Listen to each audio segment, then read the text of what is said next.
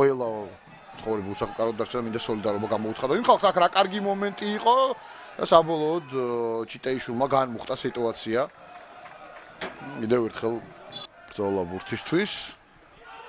კიდევ შეცდომა ამ ეპიზოდში კიდევ ერთი პასი და შოუნაძე ადგილზეა. კარგად თამაშა ლევან შოუნაძემ ეშახტეს მეკარე. ფლანგზეა ბურდული, უგრეხელიძემ დაუბრუნა შოუნაძეს,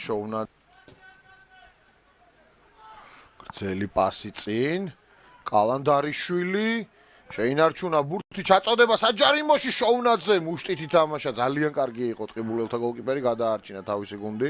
გადაცემა გავიდა ეს პასი, შეიძლება ჩაწოდება დაბალი პასი საჯარიმოში, დარტყმა და გადარჩა ამ ეპიზოდში დინამო ბათუმი.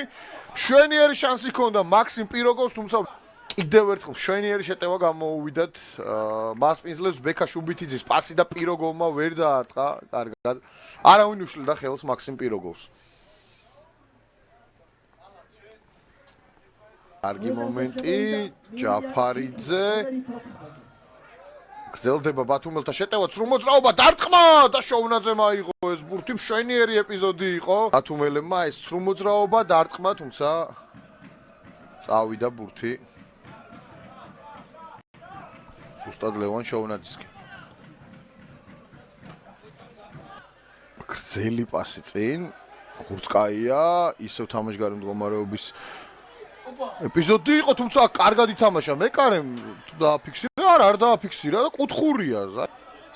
მასპინძლებმა და ასეც სრულდება მატჩი 0-0 უგოლო ფრე 26 მაისის სახელობის სტადიონზე.